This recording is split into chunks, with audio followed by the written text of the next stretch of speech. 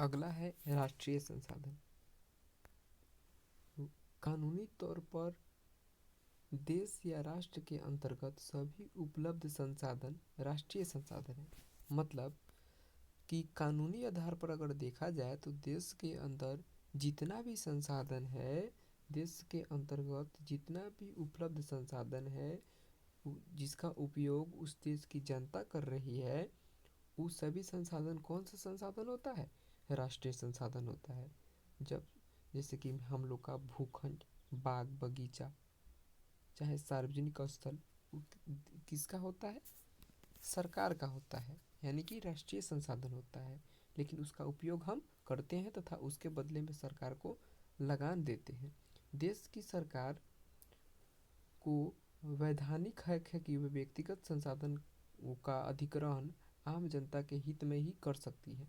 मतलब कि कहने का अर्थ है कि उस देश के सरकार को यह वैधानिक हक है कि वह उस राष्ट्रीय संसाधन का उपयोग उस देश के आम जनता यानी कि साधारण जनता के हक में ही कर सकते हैं, जिससे कि उसके देश की जनता को फायदा हो। अपने गांव या आसपास के क्षेत्रों में शहरी या विकसित प्राधिकरण का बोर्ड हम लोगों ने देखा हुआ है। इसे सरकार के ने भूमि अधिग्रहण करने हेतु अधिकृत किया है। ये भूमि सहित अन्य नगरीय संसाधनों का विकास करते हैं। इतना यहाँ पर इम्पोर्टेंट चीज़ नहीं है जितना कि यह चीज़ ऊपर इम्पोर्टेंट है कि कानूनी तौर पर देश के अंदर जितना भी संसाधन उपलब्ध होते हैं वे कौन से संसाधन कहलाते हैं? राष्ट्रीय संसाधन कहलाते हैं। एक और बात यहाँ पर लिखा हुआ है, क्या आप जानते हैं? इन चीज़ को भी जानना जरूरी होता है, क्योंकि इसमें जो कोष्टक में जो खंड में बना कर दिया होता है वो थोड़ा अच्छा चीज़ होता है, वो विशेष होता है। किसी राजनीतिक सीमा के अंतर्गत भूमि, खनिज पदार्थ, जल एवं वन्य जीव, समुद्री जीव अर्थात 200 किलोमीटर महासागरीय क्षेत्र तक राष्ट्रीय संसाधन है।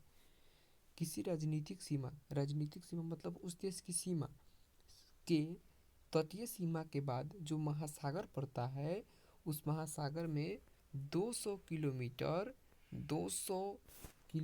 का क्षेत्र किस संसाधन के अंतर्गत आते हैं? राष्ट्रीय संसाधन के अंतर्गत आते हैं। चलिए हम आगे कंटिन्यू करते हैं। अंतर्राष्ट्रीय संसाधन ऐसे संसाधनों को नियंत्रण राष्ट्रीय संस्था द्वारा करती है।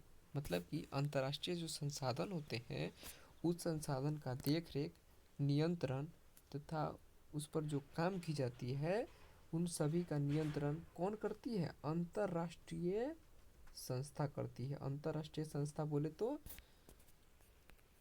जो किसी भी राष्ट्र का नहीं होता है, बल्कि 4-5 राष्ट्रों का मिलाकर एक ऐसी संस्था, यानी कि पूरे राष्ट्र को मिलाकर एक ऐसी संस्था बनाई जाती है, वही अंतर्राष्ट्रीय संस्था अंतर्राष्ट्रीय संसाधन की देखरेख करती है।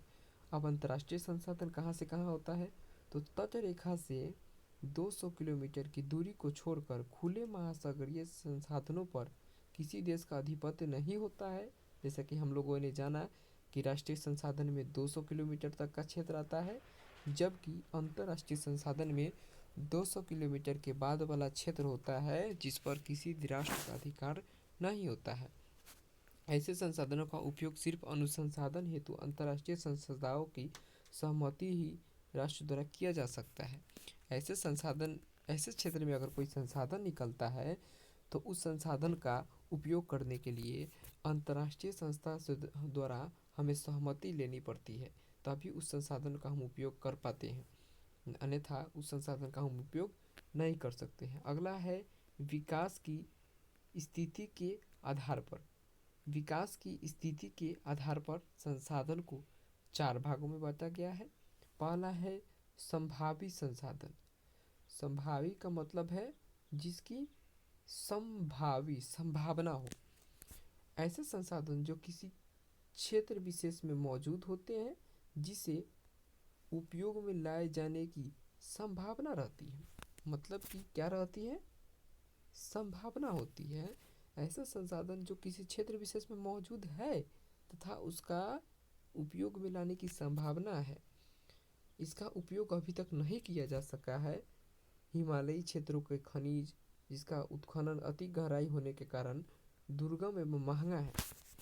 जैसे कि उदाहरण के लिए अगर हिमालयी क्षेत्र यानी कि हिमालय का जो क्षेत्र है उस क्षेत्र के चारों तरफ का खनिज को हमें पता है कि उस क्षेत्र के चारों तरफ खनिज होगा, लेकिन अभी तकनीक विकसित उतना नहीं हुआ है तथा उसका खुदाई करना बहुत ही दुर्गम है और महंगा है। इसी कारण से उसका उपयोग नहीं किया जा रहा है, अर्थात वह संसाधन संभावित संसाधन के अंतर्गत है, यानी कि उसकी संभावना है। उसी प्रकार राजस्थान, गुजरात में पवन और सौर ऊर्जा असीम संभावनाएं हैं, परंतु इनका सभी रूप से विकास नहीं हो पाया है। जैसे कि गुजरात यहाँ पर जानते हैं कि वहाँ पर बहुत ही तेज़ हवाएं चलती है तथा वहाँ पर गर्मी भी बहुत ज़्यादा होती है। तो वहाँ पर यदि पवन चक्की को लगाया जाए तो बहुत ही अधिक मात्रा में ऊर्जा उत्पन्न किया जा सकता है, लेकिन उतना तकनीक अभी विकसित नहीं है कि उस संसाधन का उपयोग किया जा सके है। अगला है विकसित संसाधन। विकसित से मतलब स्पष्ट है कि उसका उपयोग किया जा रहा है, यानी कि विकास विकसित हो, उसका उपयोग किया जा रहा हो। ऐसे संसाधन जिनका सर्वेक्षण उपरांत उपयोग हेतु मात्रा एवं गुणवत्ता निर्धारण हो चुका है, वैसे संसाधनों को कौन से संसाधन कहते हैं? विकसित संसाधन कहते हैं, यानी कि उसकी मात्रा ज्ञात है या उसका सर्वेक्षण किया गया है तथा उसका उपयोग किया जा रहा है, वैसे संसाधन को कौन सा संसाधन कहते हैं? विकसित। अगला है भंडार संसाधन। कौन सा संसाधन? भंडार, यानी कि जो इसका भंडारण मतलब कि इकट्ठा किया गया हो। ऐसे संसाधन पर्यावरण में उपलब्ध होते हैं तथा मानवीय आवश्यकताओं की पूर्ति में सक्षम है, मतलब कि जिसका हम वर्तमान समय में उपयोग कर रहे हैं, जिसकी हमको कुल मात्रा ज्ञात है, वैसे संसाधनों को भंडार संसाधन कहते हैं। उपयोग हेतु उपयोगी प्रौद्योगिकी के अभाव में इन्हें केवल भारतीय भंडार संसाधन के रूप में देखा जाता है।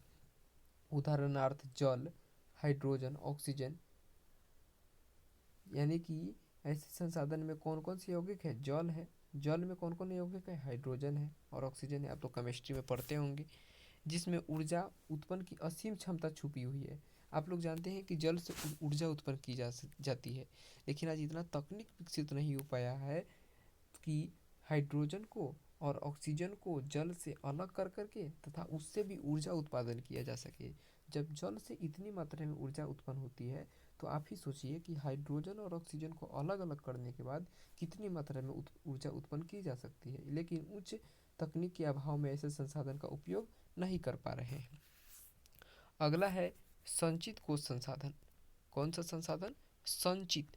संचित मतलब कि जो समीच के रखे हुए हैं, जिसको हम लोग जैसे कि ना कहते हैं कि चौपेट के रखना, समीच के रखना, वैसे संसाधन को संचित संसाधन कहते हैं। वास्तव में ऐसे संसाधन भंडार संसाधन के ही अंश है।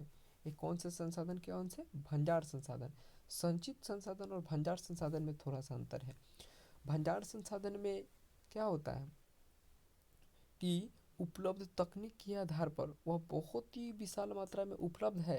भंडार संसाधन में क्या होता है कि वह संसाधन बहुत ही विशाल मात्रा में उपलब्ध है, लेकिन आज तकनीक इतना विकसित नहीं हो पाया है कि उस संसाधन का ज़्यादा से ज़्यादा उपयोग किया जा सके।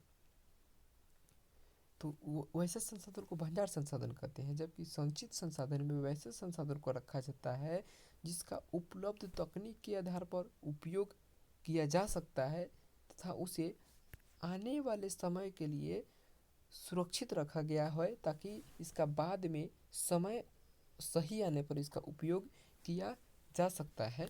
वैसे संसाधन को संचित संसाधन कहते हैं। तो मुझे आशा है कि आपको समझ में आ रहा होगा। आप लोग अगले वीडियोस देखने से पहले आप लोग संसाधन नियोजन के बारे में पढ़ कर आइएगा कि संसाधन नियोजन क्या होता है। तो इसके लिए तो बहुत बहुत धन्यवाद वीडियो को देखने के लिए। वीडियो को लाइक और सब्सक्राइब करना ना भूलें, ताकि आने वाले वीडियो का नोटिफिकेशन आपको मिलते रहे। और यदि पढ़ाई अच्छा लगता हो तो लाइक और कमेंट कीजिए तथा अपने सहपाठियों को सेंड कीजिए। धन्यवाद इसके लिए।